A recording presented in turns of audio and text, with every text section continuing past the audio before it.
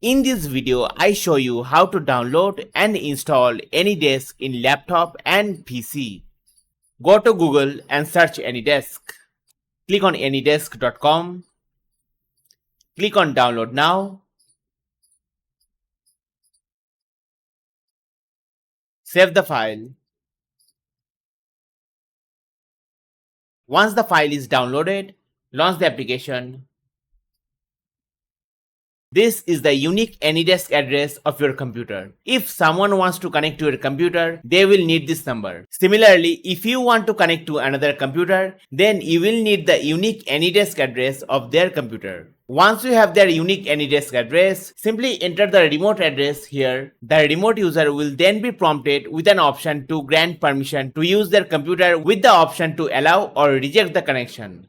Once they accept, the connection will be established, allowing you to share files or do any other work.